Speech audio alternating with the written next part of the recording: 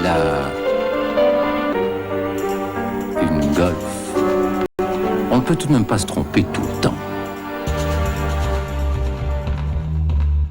Papa et moi, qu'est-ce que je leur dis qu'on a? Si tu leur disais qu'on a une Golf. Volkswagen, c'est pourtant facile de ne pas se tromper. Alors vous nous conseillez vivement la nouvelle Golf TDI. Golf TDI, c'est pourtant facile de ne pas se tromper. Golf TDI 110 chevaux, le diesel qui mériterait de s'appeler GTI. Golf TDI, un plein tous les 1400 km. Vous n'êtes pas prêt d'en voir une à la pompe.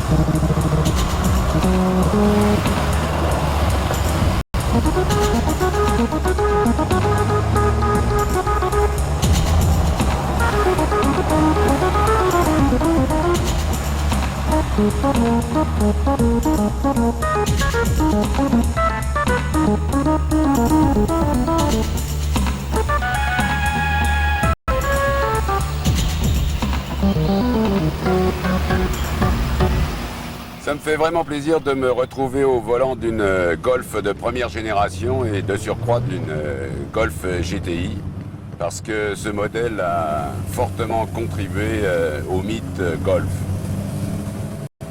Cette voiture, la GTI, est sortie en 1975, mais la Golf a commencé sa carrière en 1974. Et c'était un moment crucial pour la marque Volkswagen, car il fallait trouver un successeur à la coccinelle qui avait été à l'origine de la marque et dont la carrière avait été extraordinaire, puisque ça a été la voiture la plus produite au monde. Mais en 1974, c'était beaucoup plus délicat et le ciel n'était pas aussi dégagé. Volkswagen sortait d'une passe difficile et cette voiture était une voiture stratégique qui était essentielle pour la survie et le futur de la marque. Et l'histoire a recommencé, c'est-à-dire que la Golf a réécrit l'histoire de la coccinelle. La voiture est devenue mythique et au fil des ans, les générations se sont succédées. La Golf est devenue vraiment la voiture de référence européenne.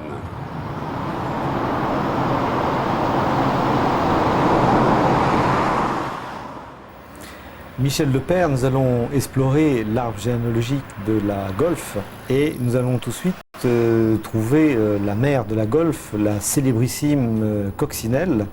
À ce sujet, il faut quand même rappeler que la coccinelle a été le fruit d'un cahier des charges qui a été imposé par Adolf Hitler en 1934 à l'ingénieur Ferdinand Porsche.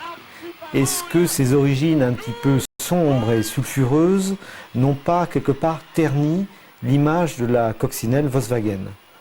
Alors la coccinelle, comme vous le savez, a été lancée, le projet a été lancé avant la guerre par Adolf Hitler.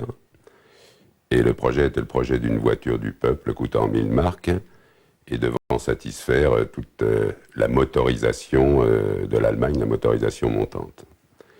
Donc c'était une voiture avec un cahier des charges précis, rigoureux, auquel avaient été appelés à soumissionner plusieurs constructeurs allemands, dont le professeur Ferdinand Porsche, qui n'était pas constructeur, qui avait un bureau d'études avec des ingénieurs et un bureau d'études célèbre, connu. Et évidemment, le professeur Ferdinand Porsche a été appelé à soumissionner pour ce projet de voiture du peuple, et c'est son projet qui a été retenu. Avant la guerre, pratiquement aucune coccinelle n'a été produite pour les utilisateurs normaux. Il y a eu une très petite série qui rapidement est devenue voiture de liaison de l'armée allemande, et puis des dérivés, la Kübelwagen qui était la Jeep de l'armée allemande, et la Schimmwagen qui était une Jeep amphibie. Il faut se rappeler qu'après la guerre, l'usine avait été d'abord sérieusement bombardée par les Alliés et était pratiquement en ruine. Et à la fin de la guerre, elle se trouvait sur le territoire géré par les Anglais. Et c'est un major anglais, Ivan Hurst, qui a relancé la production de la coccinelle. Et au début, surtout dans les pays qui ont été en guerre contre l'Allemagne, la voiture avait une connotation très germanique et une connotation encore un peu nazie. Bon, elle s'est très bien vendue en Allemagne et elle s'est surtout vendue aux États-Unis et c'est ce qui a fait sa célébrité. Fin des années 60, Volkswagen vendait entre 500 et 600 000 coccinelles par an aux États-Unis. La voiture a été mythifiée par Walt Disney qui a fait 2 films sur cette voiture.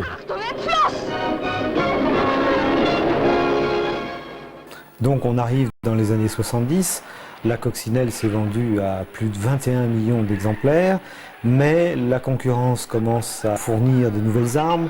Il va falloir donc trouver la fille, celle qui va succéder donc à la coccinelle.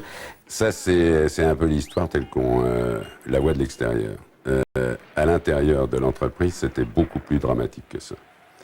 En fait, Volkswagen a été créé, si on peut dire, et installé dans l'univers automobile par le professeur Heinrich Nordhoff, qui était le président de l'entreprise jusqu'en 1968.